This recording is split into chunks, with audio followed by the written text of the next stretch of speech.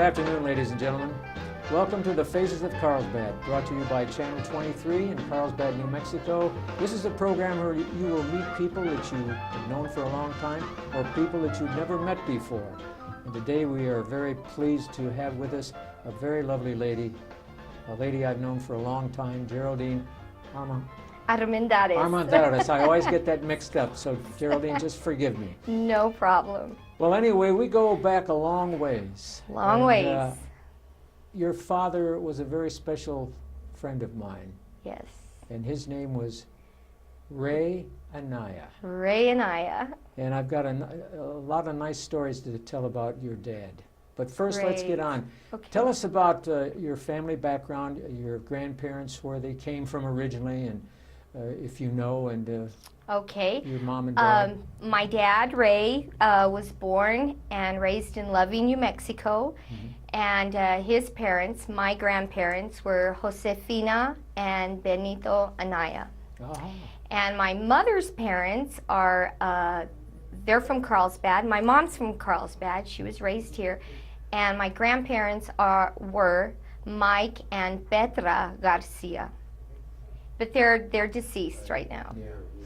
Well, the interesting thing about your family, we're going to get into where you went to school a little later on, but your father, when we first started doing these interviews, mm-hmm. was the first person we ever interviewed. And you are number 181. You're wow, the 181st. I didn't know that. Yes, he was the very first person, because when Mr. Lutman said, should we do some of those? Would you like to help me with that? And I said, I'd be glad to. I said, I don't know whether I'm going to be any good or not, but we'll see. And he said, do you have somebody you'd like to interview? And I said, yes. A man that I knew for a long, long time. A man who worked for the Juvenile Probation Office. Yes. And I'll never forget that, because when I retired from teaching, and we went to the same school, didn't we? Yes. We'll get to that in a minute. But the thing was, I retired, and I went down and I told him, I said, well, Ray, I'm a free man now. I don't teach anymore. He said, well, Bob, he said, I've got a problem here. The gentleman who was helping me, he has to be gone for a couple of weeks, and I wondered if you would take over his place up at the office. And I said, I'll be glad to, Ray. A couple of weeks, that's no problem. Working with your dad was terrific. Well, a couple of weeks ended up, I worked for your dad for 4.5 years. Mr. Scholl! That's right, yes. And it was wonderful. You made a career out of it. That's right. And I told him one day, I said, Ray, is it okay if my job was to go around and talk to students who were having minor problems in the schools. Right. And we try to tell them the right road to go, because your dad was such a stickler on going the right way and yes. don't get into trouble. And I said, would it be all right if I would go out and to Loving, say once every week, to see them? And he said, yeah, that's fine. So I went out to Loving, and I made friends with the people out there. And then I found out afterwards, well, Ray knows all about Loving, because Ray was originally from Loving. So anyway, tell us a little bit about you, though, as you were growing up. When I was born, I tell this story sometimes to people, and they kind of give me this look like, what? But when I was born, I actually went straight to the courthouse. My dad was the sheriff at the time. Yes, right. He was the first Hispanic sheriff, actually, to Eddy County. And he was the 21st sheriff for the courthouse for the county of Eddy. And I lived there till I was 4 years old. Mm-hmm. And my youngest brother, Raymond, he was also, well, not born at the courthouse, but he was raised at the courthouse for just a little bit, and Geraldine and Benny. So the courthouse, to me, was my first home, you know, and we passed by there, and I always tell the kids that was my yard. That was my yard. That's where I played, you know. After 5 o'clock, we weren't really allowed to go out, you know, during the hours that the courthouse was working, the business hours. But after 5 o'clock, we'd get out there with our tricycles, and they'd put Soupy in a stroller and just run around the courthouse. So it was wonderful. I still have memories, Mr. Scholl, of being this little, in pajamas, just going up the stairs, going up to the top, the fourth floor with the That's right, judges, that's you know, right, and I'd yeah. be just visiting all the offices. And when my mom would look for me, she'd have to pick up the phone. She'd call the clerk's office, the judge's chambers, looking for Geraldine. And eventually, I'd come back down. So it was my first home, and it was just, I still have beautiful memories of the courthouse. I could still picture it like, if it was just yesterday that we were there.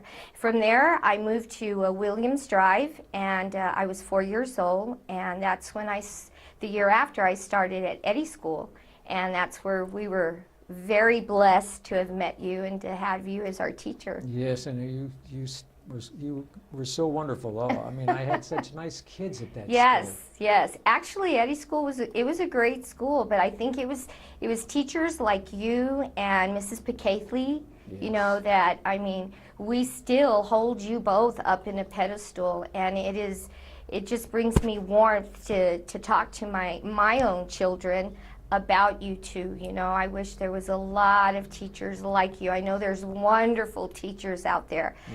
but it's just teachers like you that make such a positive impact in us, and we were blessed to have wonderful parents.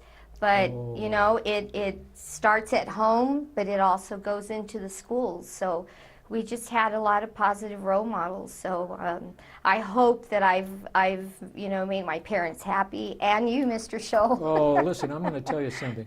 You students were absolutely wonderful, and you impressed us so much Thank that you. Lynn Picathley and I will never forget the classes we had there. Great. All the years I was there, and I was there 30 years, I think, all told. No, I was in Carlsbad 30 years. But I think in the 21 years I was at Eddy, out of all the classes I had, I only had one class that gave me a pain. And it wasn't the girls, it was the male students who created a problem. Of course. And that was the one class, but the other 20 were just absolutely wonderful. Good, And, good. And you remember Molly? Navarrete, my cousin. Yes, your cousin. You had all of us, Oh, all of boy, us, I'll tell all the you, Navaretes, all of us. I was blessed with such wonderful kids. Yes. And your parents, your mom and dad, were just absolutely wonderful to me. Well, thank you, thank you. I have to agree with you. They couldn't have been nicer. And my attitude towards the people I was working with there, I said, it's a big change from where I came from, because we all had Anglo and African American students up there where I came from, and I get down here and some of the kids would say, why don't you speak Spanish? And I said, well, I'm too dumb, but I'll try. So I kept trying, but at least I told a gentleman coming in here today, I said, when he left, he came up and he said, oh, amigo, and we patted each other in the back, and I said, well, adios. He said, no, you don't say adios. That means that you're going to die. So he said that other nice thing, I'll see you later. But anyway, what happened after you graduated from high school? Well, I was blessed to have gotten married to my husband that I've had married in January 17th. It'll be 25 years. Together, Oh. 28. Oh, my gosh. Yes, and I think he even went to Eddy School for a while. So What's his first name? Chon Armendarez. Yes, his Armendarez. dad was Chon Armendarez, the senior, and he worked for the schools. He was a custodian Oh. for the public schools in Carlsbad, and I want to say that he did go to Eddy School as well. But I married him, and I was blessed that I was able to stay home and raise my firstborn, which is Ryan. He is fixing to be 25, Oh and my he is in Las Cruces. So I got to stay home and raise him, and I sent him off to school, and I got involved with him at school. I would at least go 3 days out of the week and just sit in class and either help the teacher out or, just do grading papers, whatever it was. I just wanted to be involved with him.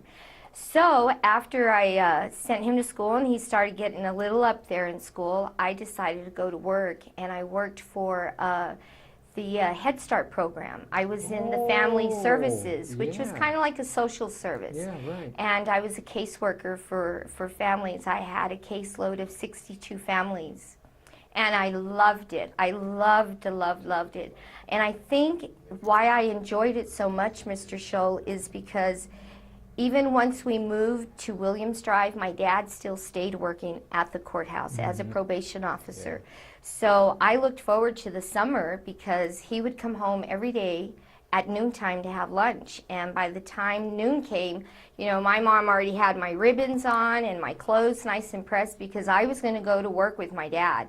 So I would spend Monday through Friday, you know, from 1 to 5 at the courthouse with my dad. And I would sit in his office sometimes while he would, you know, talk to families and everything. And funny thing is that my dad was a juvenile probation officer, and also he was kind of like a social worker in his own little way. Oh, I know. Because there would be times that, you know, his waiting room would just be full of people and just a few kids. But I would notice that people would just come in and, you know, families that couldn't read or didn't understand, you know, their mail or whatever, and he would take time. He would take time out of his day to read and explain and interpret what the mail was, you know, saying.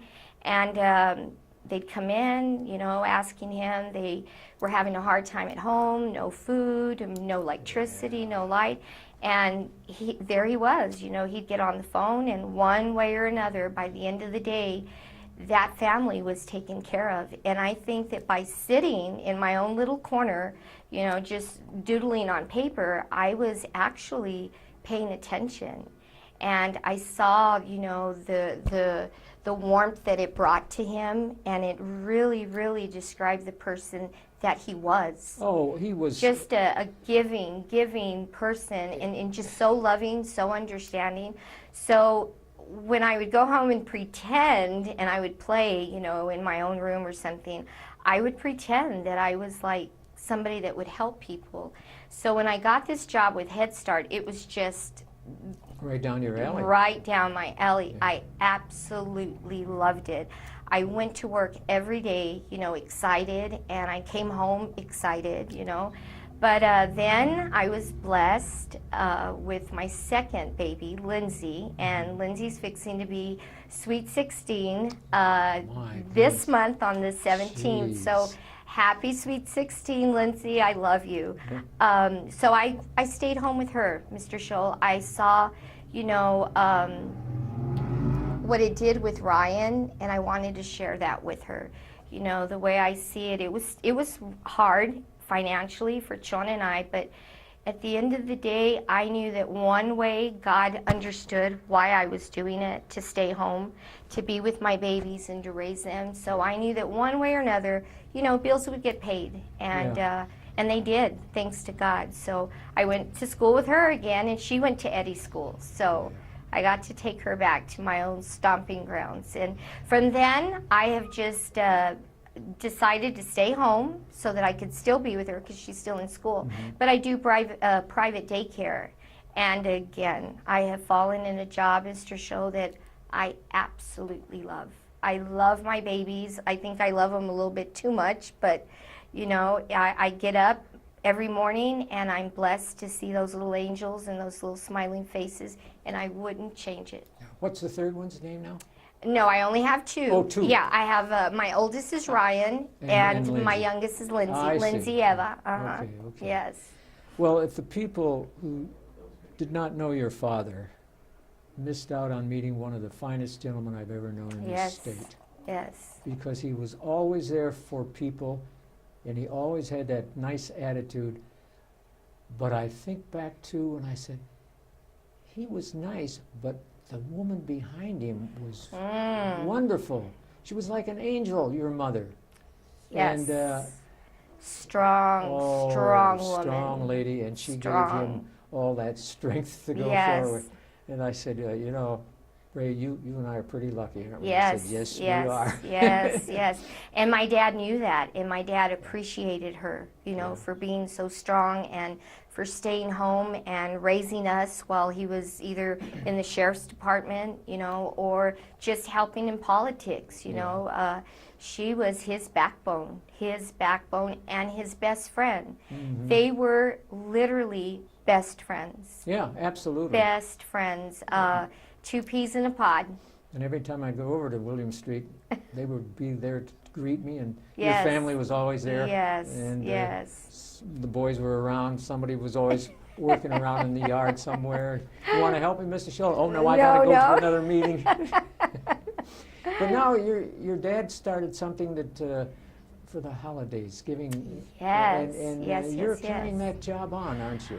This is my second year, Mr. Scholl, of I went in last year to our first board meeting, and you know, it was kind of a bittersweet, you know, because I wish he was still here, Yeah. you know, carrying this. But yes, I went in blindsided, and I got nominated and voted in as president for Christmas Anonymous. Dad started Christmas Anonymous with Virginia Fawcett. Yes, I don't know if you remember Yeah, I Virginia remember Fawcett. Virginia. It was Virginia Fawcett, Dr. Gutierrez, and Ida DeSaggio. He was known as Mr. D at the Boys Club. And they got together and thought about, you know, doing something for the community, for families in need that were less fortunate during the holiday season. And back then, the way Dad would tell the story is that it was a little paper bag, and they had fruits and nuts and candies, and maybe a little box of jacks for the girls, jump rope, just a little something, nothing really big. But it kept getting bigger and bigger and bigger. Dad started hitting the sidewalks and, you know, talking to people and seeing what the community could do to help him out, you know, because couldn't do it by himself. No. There is no way he nor my mother could have done this by themselves, because, you know, a lot of people, and they say Christmas Anonymous, Ray and I, and yes, it is Christmas Anonymous, Ray and I, but really behind the curtain, it's Christmas Anonymous, Ray and Eva, because without my mother, there is absolutely no way that this organization could ever go another year to year. She is the backbone to this. And today, in fact, I left her and she was still bagging toys this morning for kids by herself. And, you know, so it went on, continued, it started getting bigger. As the community started bringing in more cash donations, they made it bigger. Now, Christmas Anonymous serves children from newborn to 7 years old. They receive new toys. 8 through 14 will receive gift cards to Walmart. And this will allow the parents to go and purchase them, whether it be clothing that they're needing, shoes, or maybe there is a toy that they're wanting, you know. But we do go by the federal guideline, the federal income guideline. There is a process. There you have to go down and apply.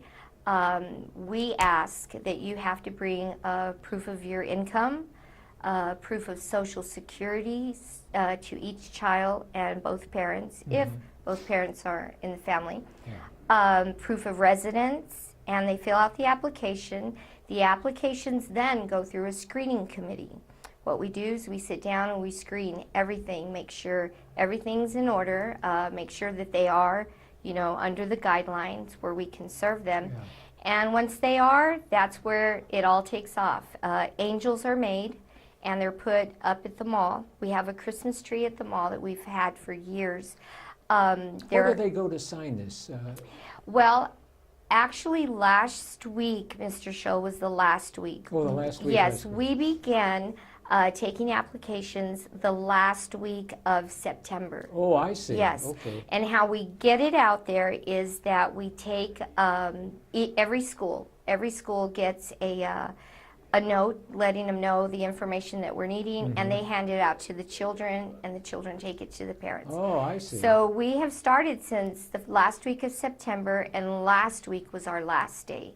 So we're done. We are down at 117 families for this year that we will be serving. And they take the gifts, etc., to the mall area? Is that where they... Well, no, that's just the angel tree. The angel tree is just something to, totally extra. Oh, I see. There's two angels. There's a yellow and a red. The yellow will indicate that the child is at the age of 8 through 14. Oh, I Okay, see. and the way that we get that gift back to that child is the angel has only the number of the application that the mother filled out. It has first name only. It'll have a gender, whether it's a male or a female, and it'll put the sizes of the child, shirt and pant. Now the red angels indicate they're newborn to 7. And mom can put a little note that they like, dishes, or they're into baseballs, footballs, whatever it is, just to give the shopper a little idea of what the child wants. Once they purchase the gift, they're responsible for wrapping it and placing securely the angel on top of the gift. They will return the gift to the angel tree at the mall under, and we have 4 or 5 different stores at the mall that are always watching the Christmas tree. They take care of the tree for us. My brother Benny is in charge of the tree, so he usually goes at least 2, sometimes 3 times a day to check the gifts. He'll pick them up. We take them to the warehouse. We have a warehouse on Mermod where since we were little, my mom and dad used to call it the sugar.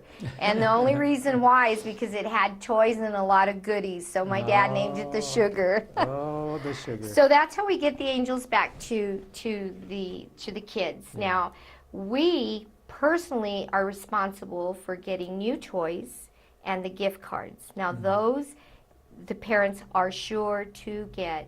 The gifts at the mall, Mr. Scholl, sometimes, and I understand it'll just slip our minds, but people will go pick an angel thinking, I've got to go buy it, got to wrap it, take it back, and, the day just goes on, the week goes on, and then they kind of forget. Oh, yes. Yes, I can understand. Yeah.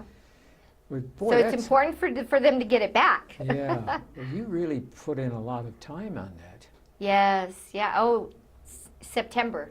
Early September is when Mom and Dad would start. So what do you do in your spare time? I don't have spare time. You don't have spare time. I do. The little spare time, I am very much family oriented. I live for my family, Mr. Scholl. There's nothing that brings me more happiness than having my family together. So the little spare time I have, it's theirs. So you don't sit down and read a book or anything like that? Oh, I try. I get to the bed and I open it. I'm just like, forget it. So this goes on 12 months of the year then for you? Basically, yes, because we do help during the year. Sometimes the police department will call. They've called Mom and Dad that, a family is in need, and for whatever emergency, we're just not all about toys. No. We do give food baskets, and we do try to help people throughout the year that are in need. So, yes, you're right. It goes on all year. So they can contact you? Yes. Like I said, I'm home all day, Monday through Friday. My home number is 887-3097. 3097. Yes. 887-3097. Okay. Yeah, and then another contact number would be my mom, and her cell phone is 361-5027. Say that again. 361-5027. I got so many numbers in my head right now I can't even remember anything. So that can be continued right up until... Yes. Well, next Saturday, December the 12th, is the day that we will actually do all of our distribution, and it's at the San Jose Hall. Yeah. And but for this week, we are still taking donations, whether it be money donations or used toys. We are really in need of good used toys, Mr. Scholl. Okay, let's Yeah. get that out. We need used We toys. need good, clean, used toys. Well, yes. Mr. Lutman has a used bicycle. He- I'll take it. Yeah, he rides that thing all over town. It's unbelievable. Well, anyway, Geraldine, I want to thank you for being. I want to thank you, Mr. Scholl, for everything. It's been a pleasure having you. It's just like old home week for me. Yes. Remember when I used to read the story every Yes, morning? yes. Yeah, especially at this time of the year. Yes, People sir. will know it's the Yes. Christmas season. I would always read a Christmas. And carol. your wonderful albums. Yeah, yeah, right. The music, he liked yes, the music. yes. Well, did you know that Mr. Lutman was in a famous musical, Fiddler on the Roof? No. He was one of the Russian dancers. I love Fiddler on the Roof. Yeah, so the next time you see I'm gonna that have to movie, see- I'm watch it going to be- think of him. Yeah, and he hasn't aged a bit. He looks exactly the way he The did. same then. way. Well, anyway, I want to thank you for being our guest Thank you, today. Mr. Scholl. And I on appreciate behalf you. Of, Channel 23, we couldn't have had a nicer guest today. Because Thank we have a you. lot of wonderful guests, don't get me wrong. Well, I appreciate you. Thank you for having me. You're number 181. Awesome. Yeah. Well, anyway.